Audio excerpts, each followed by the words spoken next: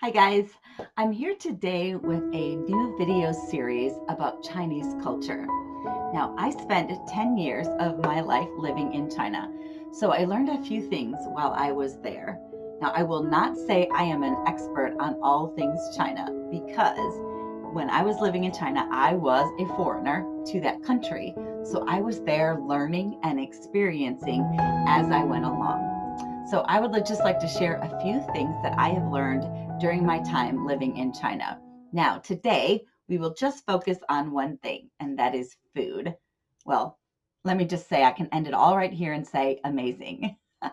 I loved the food in China. My entire family, we ate only Chinese food every day in our home.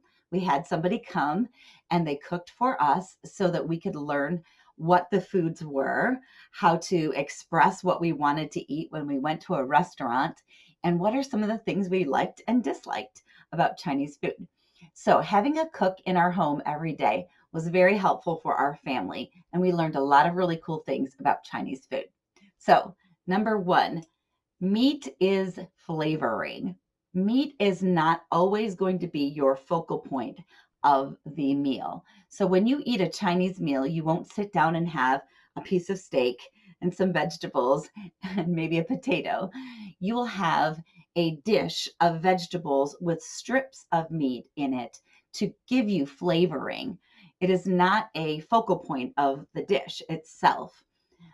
Many Chinese people don't eat a lot of meat at all. So, for a family of five, our cook would generally bring us a piece or a portion of meat about this big. And that's what she would use and slice it up and put it into different dishes for us. So, typically for our family, if I was making chicken, I would make a chicken breast for at least one for each person in the family. But when a Chinese person is cooking for me, they're only using a smaller portion of meat and adding a lot of vegetables to that. The second thing is they eat seasonally. So, unlike us, we go to our grocery store and we typically buy just about anything at any time. Now, I'm not saying that's not possible in a lot of the bigger cities, but for the majority of the people, they eat seasonally. And that is to say, the farmers grow the food and they bring it in close to the city area and you can buy it right off of their trucks. Now, they also have grocery stores, but their grocery stores tend to sell seasonally as well, whereas we can get just about anything at any time in our stores. Now, they do that for a number of reasons. One is just it's locally grown, so it's just brought in and easy to buy, and it's cheaper because it's the time of year to buy it, or because they feel like for their health reasons, certain things are eaten in the winter, but they shouldn't be eaten in the summer, and vice versa. So there's a health element to it as well.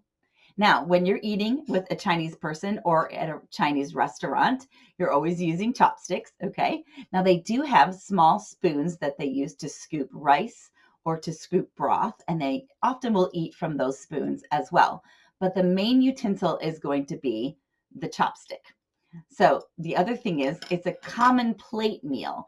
So that means in the middle of your table, there will be all of these different dishes that will be placed in front of you. And then you're eating with each other off of that same dish. And so, I'm reaching here and I'm reaching there. Reaching is not a problem in China. The other cool thing that I love is the lazy Susan in the center of the table. So when you see a dish that's way over there at the other side of your table, you can just spin it around and then take a bite. Or sometimes you have a bowl of rice and you can put it on top of your rice and then eat it together. But we don't typically give ourselves portions in the Chinese meal. So we don't take the dish and then scoop out a bunch and put it on our plate. Okay. Typically, Chinese people don't eat that way. They are all about talking and socializing while they eat, which is one of the things I loved about China. Meals are a lot about socializing. So while you're eating, you're taking something and then you're talking for a little bit and then you're reaching over there and you're getting something to eat. You aren't typically taking a whole bunch and just placing it on your plate. Okay, so you won't get a big plate when you go to eat in China. You will have a small bowl that you could put your rice in, and then you're going to eat right off of the main dish in the center of the table. So many dishes are served at the same time. So it ranges anywhere from beginning with maybe nuts or a cold vegetable dish. There's lots of different dishes that are made of vegetables that are cold and not hot. And then you'll move into the hot dishes where you'll have vegetables and a little bit of meat. And of course, you'll have your rice as well. And then it will shift into maybe a fish there at the end for everybody to pick off of the fish and eat from it. And then they always end it with some fruit. Now, fruit is kind of your dessert. A lot of our students talk about loving ice cream, and they do have ice cream and they go and get it. But at a restaurant or a Chinese person's home, you're typically going to be served fruit. And that is kind of the end of your meal. That is your dessert.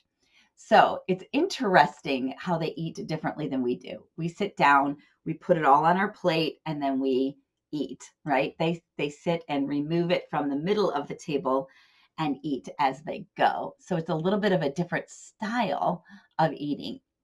And the very last thing that I want to say about Chinese eating is that it is relational. So it's all about sitting down and having a meal and spending time together. It takes longer to eat a Chinese meal with a friend than it does even when we eat in America together. So usually you can expect to spend a couple hours of time sitting and talking and eating together, and just it's a way to be social. It's a way to have a relationship with someone, is to share a meal.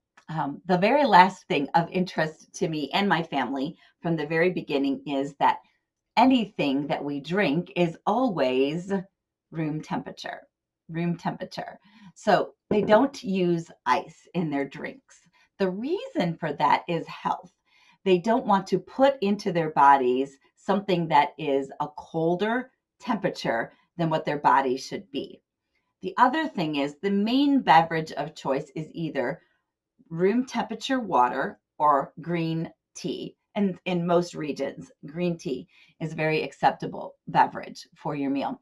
So we had to get used to drinking green tea or hot tea in the summer, but it was a very common practice for them to always be drinking tea of some sort. So I hope that helps a little bit answer some questions about food. That's the beginning of it. I can get into the more specifics. I have a lot of people asking me questions, so I'm taking my time and working through these questions with some quick videos. I hope this was helpful to you. I will say this: go to China and eat real Chinese food. None of this American stuff. Go to China and have a Chinese lady make you dinner. Have a Chinese grandma make you dinner. That is some really good Chinese food. I'd love for you to take a minute and subscribe to this channel and put some questions below. What are some things you would like to know about China? What is it like for the American living in China? So that was me. I lived there for a while, and I'd love to share that with you. So drop your questions below. Please feel free to subscribe and hit the notification bell so I can keep making these videos and answering any questions that you might have.